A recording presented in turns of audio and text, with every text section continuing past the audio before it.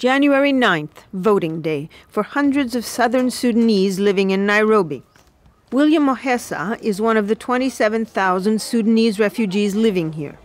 He left South Sudan 10 years ago when he was only 15. Alone, he walked for over a week to get to Kenya. He first stayed in Kakuma refugee camp, then he moved to Nairobi. On this day, William will, for the first time in his life, have a chance to vote. He will help decide the future of his people. He knows what he wants. He wants independence. After the voting, definitely I'll go back to Sudan. As people say, east to west, home is still the best. Despite of what have been happening, poor infrastructures, I still be proud of my homeland.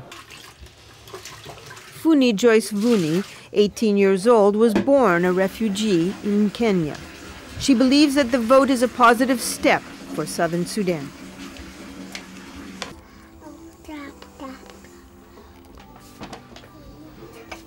You don't want to go back to war, be separated from your family, and start reliving a nightmare again of feeling you can't sleep with peace, you can't have meals on your table, you can't be peaceful, you can't have the good education and everything. They wouldn't go back to war. I think this time round they are so sure there'll be peace.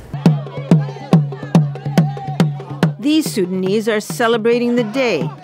UNHCR is working to help those who want to return and those who want to stay.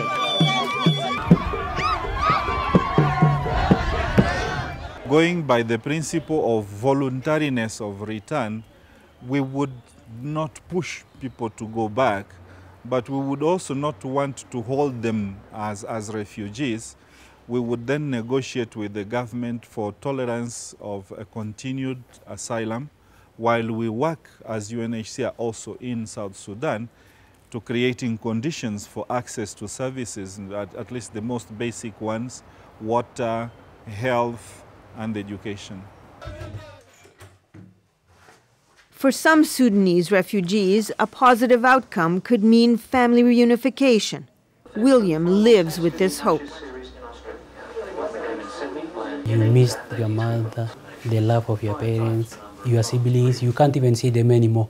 You are just there by your own. Yeah. Sometimes, although you are young, you really experience even sleeping at night.